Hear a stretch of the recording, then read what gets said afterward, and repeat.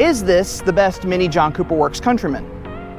Well, to start off with, it is finished in Rebel Green with a chili red roof and chili red mirror cap. It has black headlight trim rings, black badging, black door handles, and it also has black roof rails along with the black detail along the rocker panel. Black all four badges as well. This Countryman is also equipped with a power lift gate, opening up to a very nice cargo area. You have a load floor right here with storage underneath. You have a 40-20-40 split bench rear seat and a button right here to close the hatch.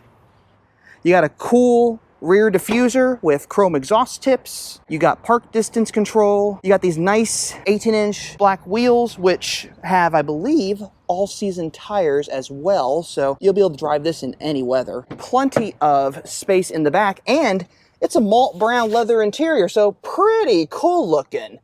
Definitely an interesting color combo between the malt brown with the Rebel Green and the red.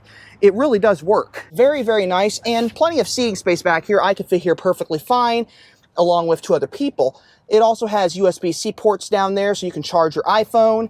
And these seats, you can actually adjust by moving them back and forth. There is a lever to do it here. I'm not going to do it because I have to be sitting in the car to do that. Up front, you have power front buckets with memory as well.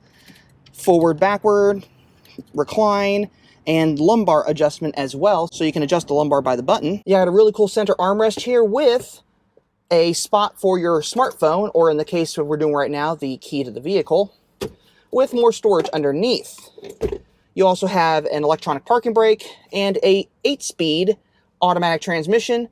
And this is the electronic shifter for the 8-speed automatic. It's in all automatic transmission and DCT minis. Pretty recognizable. You pull backwards to go to drive. You push forward to go to reverse. You push P to go park. And you can pull it sideways to go into sport mode. Should you want to get a little bit more adventurous, you also have adaptive cruise control with stop and go. So cool feature there as well. And a very nice Napa leather steering wheel with JCW badging on the lower spoke. Digital dash, of course, and head-up display. Now, along with all that stuff, you also have this nice interior trim here of a brushed silver. Very, very sharp looking. Get inside the car, and you have a center screen, 8.8-inch center screen with navigation and Apple CarPlay. You have everything here you could possibly need. Really nice dash as well. Big air vents, so lots of airflow. Power panorama sunroof. Most Minis have these. You also have a multifunction rear view mirror with garage door opener and a car alarm. And right now we are facing west, so you have your cardinal directions on your rear view mirror. In the head-up display, you'll also have your speed and the speed that the road currently says it is, whether you're driving it or not. You'll also have your turn-by-turn navigation up here as well as your navigation down here too, but you'll also have your navigation over here. But this allows you to keep your eyes on the road while you're navigating and while you're driving in general. Great setup right there. If you use Apple CarPlay and you don't want to use the onboard navigation system, you can use Apple Maps and you can use Google Maps. Me personally, after multiple trips in my car to multiple races, I've come to the conclusion that the onboard navigation system is probably the most reliable, just because in certain areas where Wi-Fi signals and phone signals are hard to get, the satellite signal for the navigation system that's onboard built into the car seems to be the best. But the real reason we like these cars, aside from the Harman Kardon, is because of the speed. This is a JCW, and as such, it has a powerful little 4-cylinder engine under the bonnet. And this one is a B48 4-cylinder turbo motor putting out 301 horsepower. 0 to 60 is about 5 seconds or so. Given the weight of the vehicle, that's pretty good.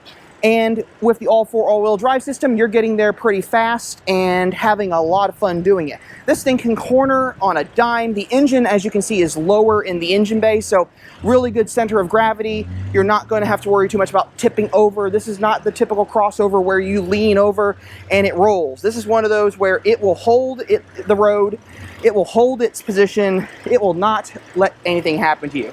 And it has a built-in stress bar here that is part of the Countryman. They all have this.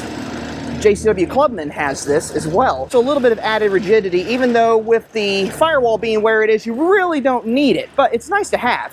And the B48 engine for the JCW with the 301 horsepower does have a lot of other unique features. For one, the air inlets are much larger, along with the airbox being much bigger, and a few other little things here and there just to make it more powerful. So this thing is blisteringly quick, and given the current temperature, you could blister quite easily out here. Now, when you're closing the bonnet, and I've watched people do this, and it makes me cringe, take the bonnet, hold it above the latch, and drop.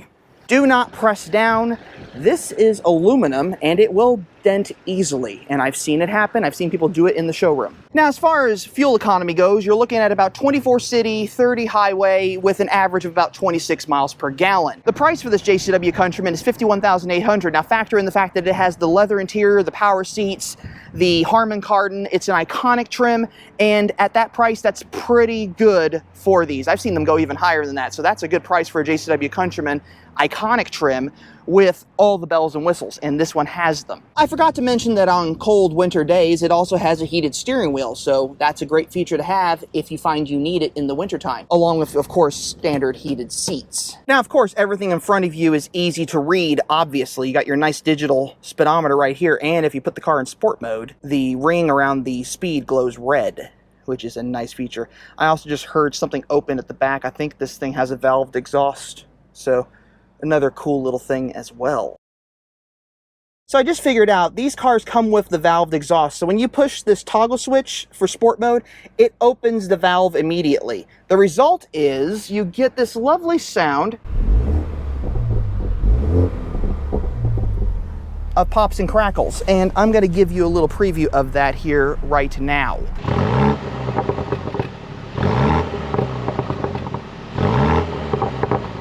Automatic aside, I think I found another reason to get a JCW Clubman or Countryman with the 301 horsepower engine. That was beautiful sounding, wasn't it? If I had the money right now, I'd probably be buying one. That was awesome. I like that.